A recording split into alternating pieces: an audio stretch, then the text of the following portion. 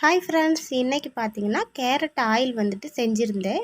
இதை நீங்கள் உங்கள் முகத்துக்கு அப்ளை பண்ணும்போது சூப்பராக வந்து உங்கள் முகம் வந்துட்டு டல்லாக இருந்தால் கூட, வறண்டு போயிருந்தால் கூட அது வந்து சரியாகும். இதை நைட்டு தூங்க போகிறதுக்கு முன்னாடி நீங்கள் ஒரு 2 சொட்டு ஃபேஸுக்கு அப்ளை பண்ணிங்கனாலே போதும். அப்புறம் பார்த்தீங்கன்னா இந்த வீடியோ வந்து நான் எடுத்திருந்தேன், ஆனால் டெலீட் ஆயிடுச்சு. ஸ்டோரேஜ் அப்படின்னு சொல்லி செல்லில் வந்துச்சு. சரின்னு சொல்லிட்டு பண்ணும்போது எல்லாமே டெலீட் ஆயிடுச்சு. கொஞ்சம் வருத்தமாயிருச்சு. ஸோ இவ்வளோ தூரம் வீடியோ எடுத்து அது வந்துட்டு டெலீட் ஆனது ரொம்ப கஷ்டமாக போச்சு. சரி, இருந்தாலும் எப்படி செய்யறது அப்படிங்கிறத வந்து நான் வந்து சொல்லிடுறேன். இதை வந்து நீங்கள் யூஸ் பண்ணும்போது உங்களுக்கு சூப்பரான ஒரு ரிசல்ட் கொடுக்கும். நீங்கள் குழந்தைக்கு கூட இதை யூஸ் பண்ணிக்கலாம்.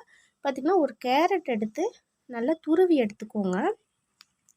இது வந்து நான் ஏற்கனவே இந்த எண்ணெய் ரெடி பண்ணனால இந்த கேரட் இப்படி இருக்குது.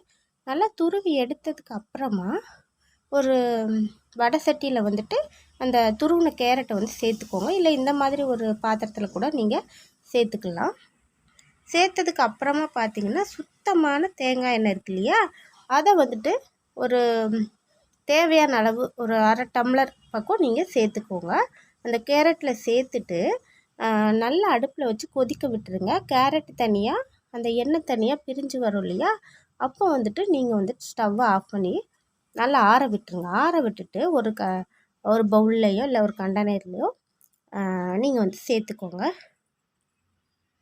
சேர்த்துட்டு நைட்டு தூங்க போகிறதுக்கு முன்னாடி நீங்கள் இதை அப்ளை பண்ணுங்கள்.